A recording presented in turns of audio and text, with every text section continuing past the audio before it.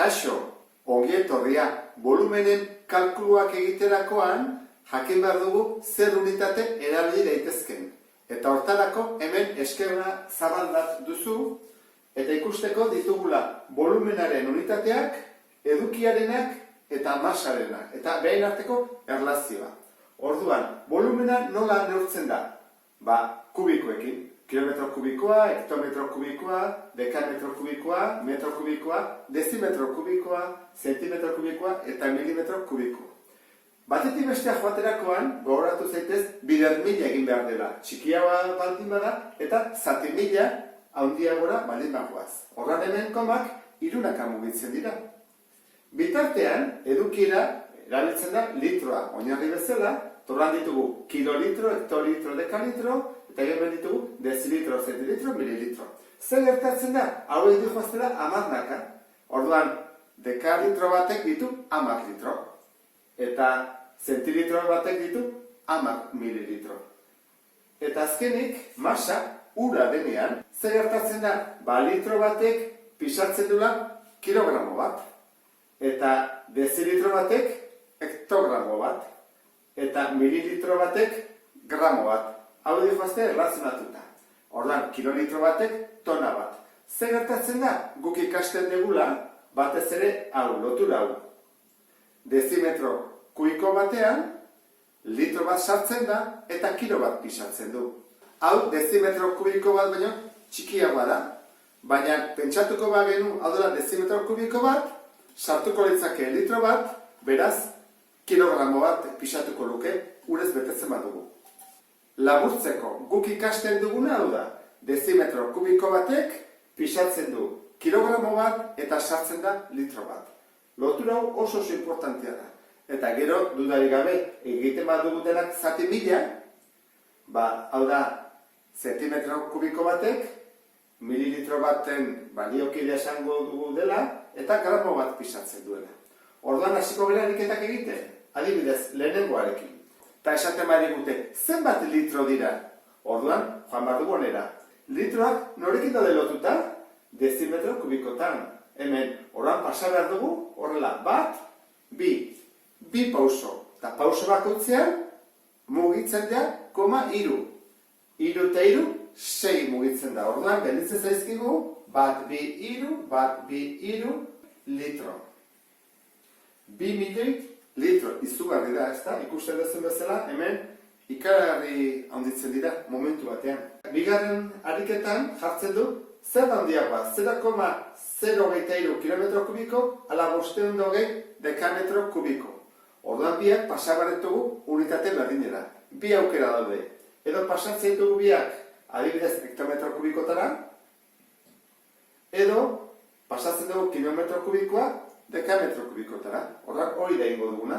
Hektometro kubikotik pasa dekametro kubikotara. Zen badira, 2 pauso. Komaz bat mugitzen da, 6. Orduan, ingo dugu horrela.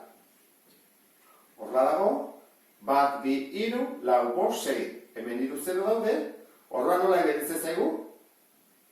Ikusten duzun bezala, gelditzen zaizkigu 23.000.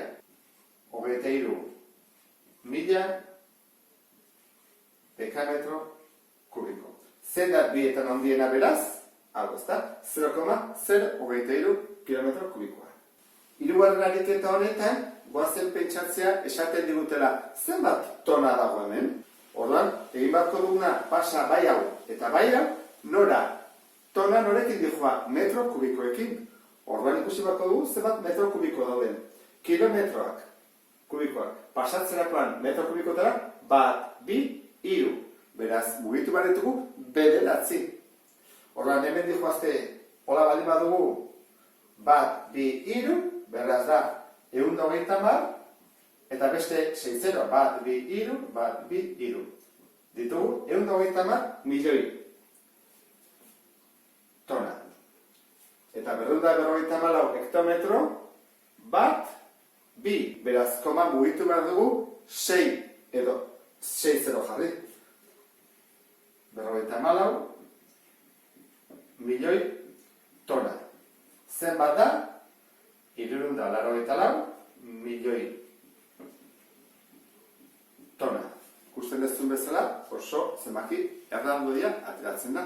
Laugarren ariketa honetan jartzen du 0,25 litro ur zenbat gramo dira? Bi bide daude. Bide bat izan daiteke pasatzea litroak kilogramotara, ze guk litro bat kilogramo bat pisatzen duela badakigu, orduan izango litzateke 0,25 kilogramo. Eta gramotara pasatzerakoan zenbat da? Kilotik gramotara, bat, bi, iru. Beraz, koma iru, bat, bi, iru, 250 gramo izango litzateke. Beste bidea izango litzake. Pasatuko ditugu litroak mililitrora. Zergatik gramok eta mililitroak baliokideak direlako ura denean. Orduan, litrotik mililitrora zer mugitzen da, bat, bi, iru. Beraz, 0,25 litro pasatzerakoan mililitrotara, bat, bi, iru. 250 mililitro. Eta gu badakigu, mililitroak eta gramoak berdinak direla. Orduan jarriko dugu, baita ere, 250 gramo. Ikusten dezue, bi bide daudela. Edo joaten gaurrela, edo leheno jetxetek gaurrela. Bosgarren ariketan, apurtua dagoen iturri batean, 5 minututan 20 zentilitro ur galtzen dela neurtu dugu. Beraz, tantak ariko zen, tantaka. Egun bakoitzean zenbat litro galduko ditugu? Bueno, konpontzea ez badugu, noski. Lehenbailen konpontu gara, ze pentsatzen duenik, poliki-poliki, ura asko izango dela. Orduan, hau proportzio bat da. Guazen ikustea, 5 minututan, zenbat, 20 zentilitro. Orain jarri behar dugu, zenbat denboran, egun batean, hemen minutuak dira, hemen ere minutuak jarri behar dugu. Egun batean, zenbat ordu daude, 24 ordu. Eta minutuak zenbat izango dira, behin bar da, bider 60. 0, lau, 1240 minutu. Orduan jarriko dugu, 1240 minutu. Orduan hemen, isa. Egin dezakegu, hau, bider lau. Eta atatzen da, 5.760 zentilitro. Pasabarko dugu litrotara, ez da? Hemen dago litroa, dugu zentilitra, bat, bi. Koma mugituko dugu, bi, ezkerrera.